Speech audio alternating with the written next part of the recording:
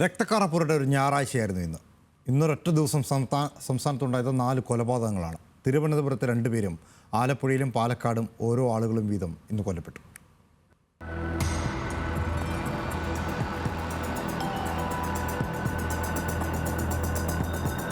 ഒറ്റ ദിവസം മണിക്കൂറുകളുടെ ഇടവേളകളിൽ 4 അരുംകൊലകളുടെ വാർത്തയാണ് പുറത്തു വന്നത്.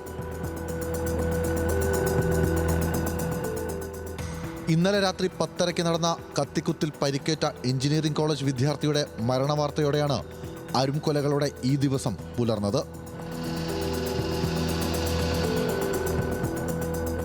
തിരുവനന്തപുരം നഗരൂരിലാണ് മദ്യലഹരിയിൽ വിദ്യാർത്ഥി സഹപാഠിയെ കുത്തിയത്.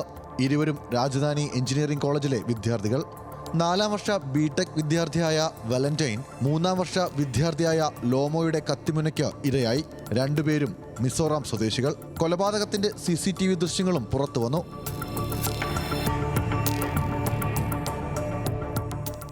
കോളേജിന് സമീപം നെടുമ്പറമ്പുള്ള ടയർ കടയ്ക്ക് മുന്നിൽ വരാൻ ലോമോ വാലന്റൈനോട് ആവശ്യപ്പെട്ടിരുന്നു. കൂടെ താമസിക്കുന്ന സഹപാഠികളുമായി എത്തിയപ്പോഴായിരുന്നു കൊലപാതകം. വാക്കുതർക്കം സംഘർഷത്തിൽ കലാശിച്ചപ്പോൾ ലോമോ കയ്യിൽ കരുതിയ കറിക്കത്തി വാലന്റൈന്റെ നെഞ്ചിലും അടിവയറ്റിലും തുരുതുരെ കുത്തുകയായിരുന്നു. സുഹൃത്തുക്കൾ അടുത്തുള്ള സ്വകാര്യ ആശുപത്രിയിലെത്തിച്ച വാലന്റൈനെ മെഡിക്കൽ കോളേജിലേക്ക് മാറ്റിയെങ്കിലും ജീവൻ രക്ഷിക്കാനായില്ല.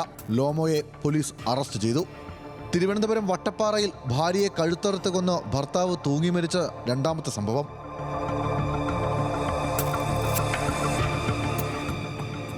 പാർക്കിൻസൺസ് രോഗബാധിതയായി കിടപ്പിലായിരുന്ന ജയകുമാരിയെ കൊന്ന് ഭർത്താവ് ബാലചന്ദ്രൻ തൂങ്ങി മരിച്ചു.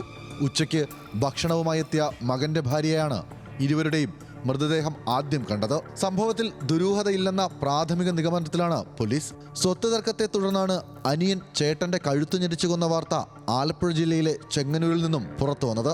ചെങ്ങന്നൂർ ഉഴത്തിൽ സ്വദേശി പ്രസന്നനാണ് മരിച്ചത്. സഹോദരൻ പ്രസാദിനെ ചെങ്ങന്നൂർ പോലീസ് കസ്റ്റഡിയിലെടുത്തു. സ്ഥിരം കലഹത്തിലായിരുന്നു ഇരുവരും. കഴിഞ്ഞ മാസം പ്രസാദ് പ്രസന്നന്റെ കാൽ തല്ലിയൊടിച്ചിരുന്നു.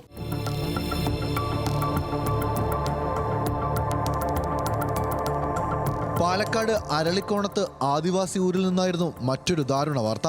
മാനസിക പ്രശ്നമുള്ള മകൻ അമ്മയെ ഹോളോബ്രിക്സ് കൊണ്ട് തലക്കടിച്ചു കൊന്നു. അരളിക്കോണം സ്വദേശി രേഷിയാണ് മരിച്ചത്. പുലർച്ചെ അയൽവീട്ടിൽ പ്രശ്നമുണ്ടാക്കിയ മകൻ രഘുവിനെ അനുനയിപ്പിക്കുന്നതിനിടെ അമ്മയെ ആക്രമിക്കുകയായിരുന്നു. രഘുവിനെ പുതൂർ പോലീസ് കസ്റ്റഡിയിലെടുത്തു. തിരുവനന്തപുരം, ആലപ്പുഴ, പാലക്കാട് ബ്യൂറോകൾക്കൊപ്പം ന്യൂസ് ഡെസ്ക്, ന്യൂസ് മലയാളം.